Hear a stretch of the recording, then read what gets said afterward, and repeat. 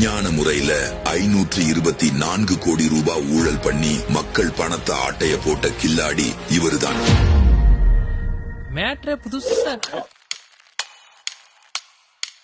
தூய்மை பணியாளர்களை தொழில் முனைவோரா மாத்துவோம்னு சொல்லி 524 கோடி மதிப்புல அடுத்த 7 வருஷத்துக்கு ஒப்பந்தம் அறிவிச்சது திமுக அரசு. இதோட ஆரம்பத்துல காஞ்சிபுரம் மத்திய கூட்டுறவு வங்கியில புதிய வங்கி கணக்கு தொடங்கி அதே நாள்ல 54 பேருக்கு 65 லட்சம் கடன் கொடுக்கப்பட்டது. 7 மாசமா 1 ரூபாய் கூட திருப்பி தரல. எந்த பிணையும் இல்லாம கூட்டுறவு வங்கியில இந்த கடன் வழங்கப்பட்டது ஏன்?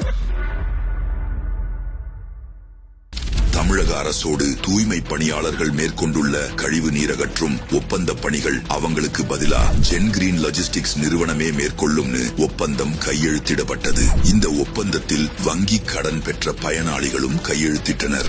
யாருடையது இந்த ஜென் கிரீன் லாஜிஸ்டிக்ஸ் நிறுவனம்? இந்த நிறுவனத்தின் இயக்குநர்களில் ஒருவரான வீரமணி ராதாகிருஷ்ணன் செல்வ பெருந்தகையின் சொந்த அண்ணன் மகன். இந்த நிறுவனத்தின் அலுவலக முகவரி செல்வ பெருந்தகை அவர்களின் அலுவலக முகவரியில் தான் உள்ளது.